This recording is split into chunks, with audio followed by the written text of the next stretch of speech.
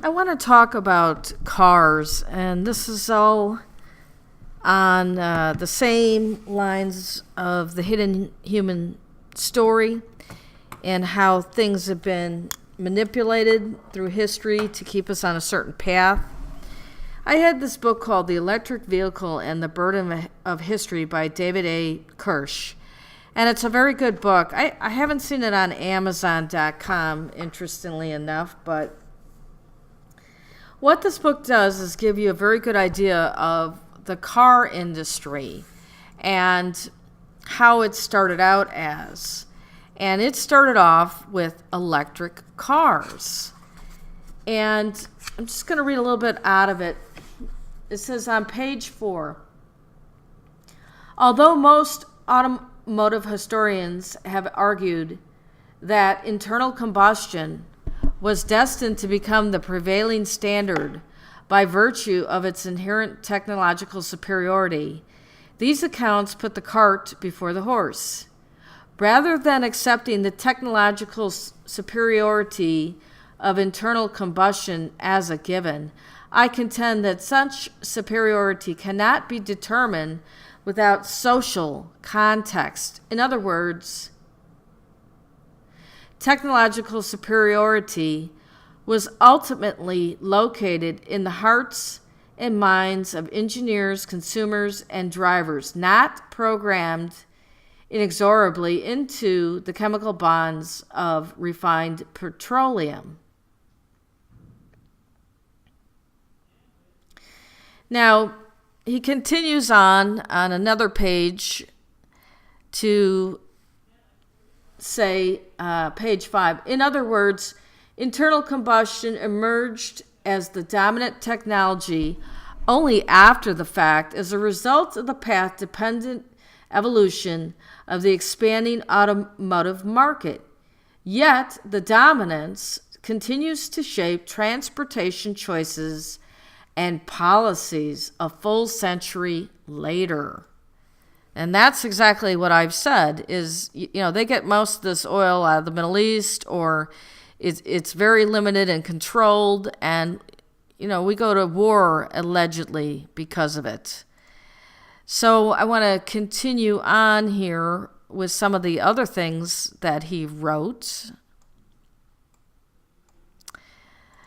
All right, on page 4, he shows you the name of the company that was an electric vehicle transportation service, and they were renting out their electric cars.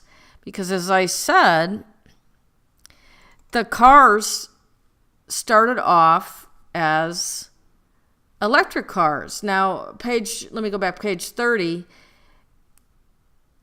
He writes, we're even trusting the operation of their experimental electric vehicles to untrained and unsupervised drivers, had opted to establish a limited cab service instead of directly selling or leasing the vehicles.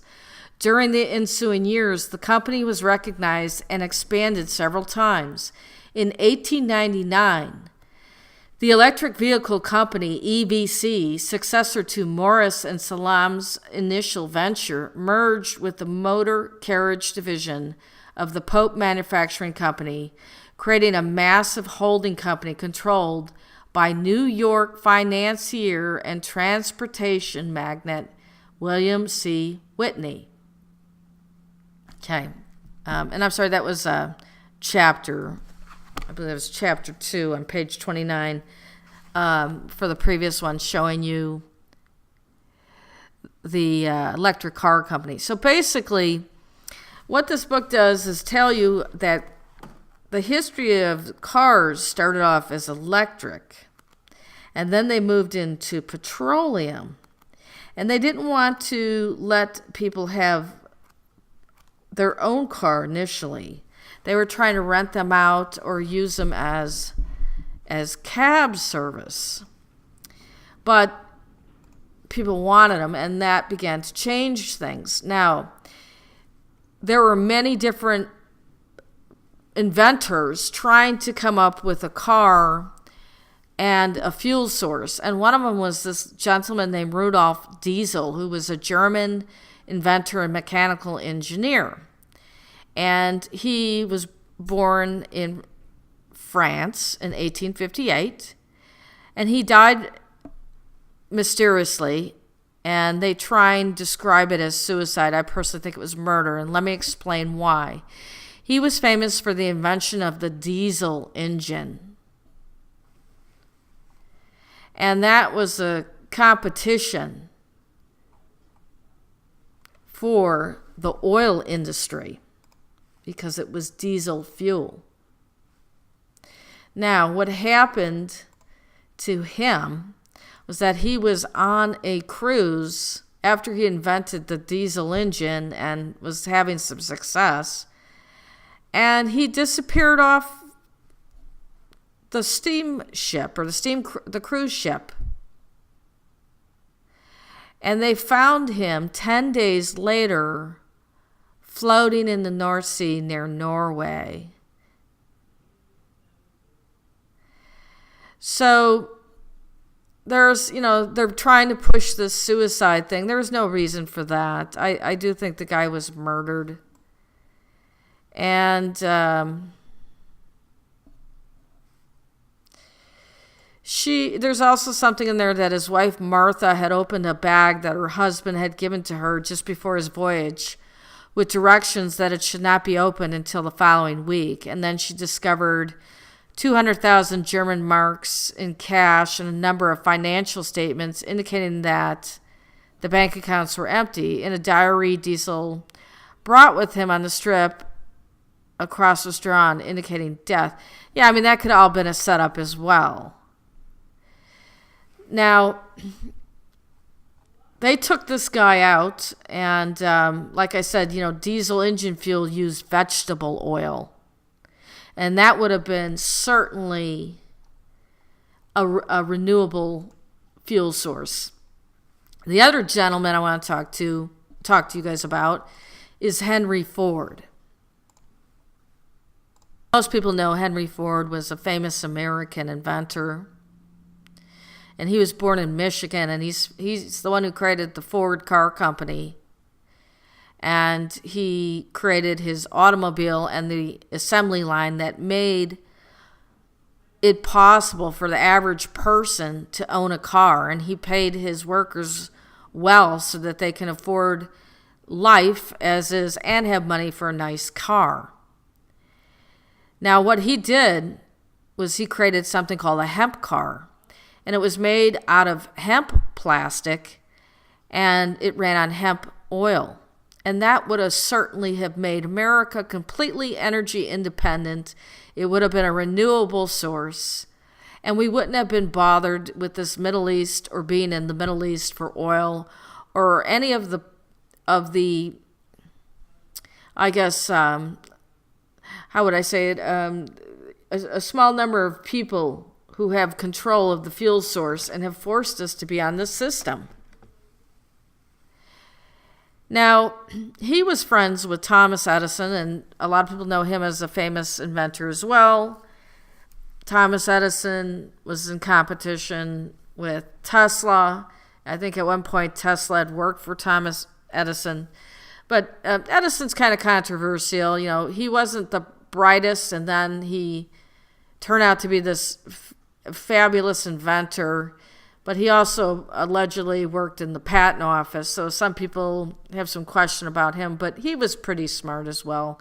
You got to give him credit for the things that he created and brought into fruition. But Henry Ford actually purchased a winter home down in Florida next to the winter home of Thomas Edison so that he can be with him and work with him. And I went down there to visit, and they were looking at all kinds of plants to figure out how to make plastic and tires and make it a renewable source. But as I said, Henry Ford had created this hemp car in 1941. And they basically went in and prevented him, and he had the ability to do it, from mass producing this by making putting taxes on hemp and then eventually classifying it as a drug like marijuana and making it unprofitable and illegal to grow. They also characterized him as an anti-Semite, and he was very against the International Jew, and he wrote, he had his own newspaper, I guess, to discuss them and what they were up to. And so they really hated him for that. But unfortunately for us, they stopped his hemp car. And you have to understand how bad that was for us. Because we could have been completely independent. And just even the pollution from oil spillage, when they drill deep down in the oceans, look what it's doing to our planet. And had we been on a hemp oil industry, it's probably highly unlikely we would have those problems. And you certainly wouldn't have the dominance by certain people of this fuel resource. And I'm going to show you a black and white film I found on the internet. You probably have already seen it, of his hemp car. I just am trying to show you that America has been really controlled and meddled with. We are not getting what we should be getting, or the best of the inventions that our people have come up with. And they do, the people that want to have control do really dirty things to get rid of these people. Like I said, Rudolph Diesel's found dead and they try and make it out like a suicide. Henry Ford was labeled an anti-Semite, and they put in people in Congress to vote and make hemp and marijuana illegal or heavily taxed. And you barely hear a lot about Thomas Edison today, but he had to fight the Jewish movie makers who were stealing all of his patents, and went out to California to make movies with his equipment and not pay him anything. That's why they were out in California, because it was easier to steal his patented equipment and get away with it without having to pay him anything because of the court system. So, I'm pointing this out, and I'm sure a lot of people know some of this already, but we as Americans have gotten the short end of the stick, and now look at where we're at. So, again, I don't know how we're going to undo things in a peaceful manner or at all with how far this has gone. And we can't even get our Congress people to fight for the average person. Most of those people are paid off, blackmailed, compromised, and they're multimillionaires, so they have no idea what it's like to be an average citizen. But I'm just showing you history that isn't really discussed, and they don't even discuss this in Congress. Why are we not on a different fuel system for the good of this country? Let alone just even talking about marijuana, which has healing capability for seizures and Parkinson's, and some say cancer. Although that's starting to change because a lot of the states are approving medical marijuana usage. But that's been a long time coming. So just again, I'm pointing out some of the stuff that is kept quite hidden. Thank you.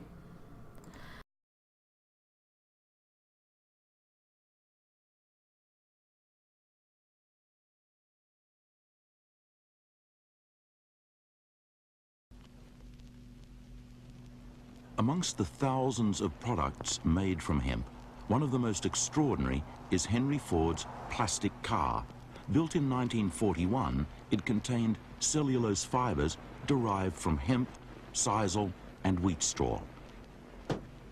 The plastic was lighter than steel, yet could withstand 10 times the impact without denting.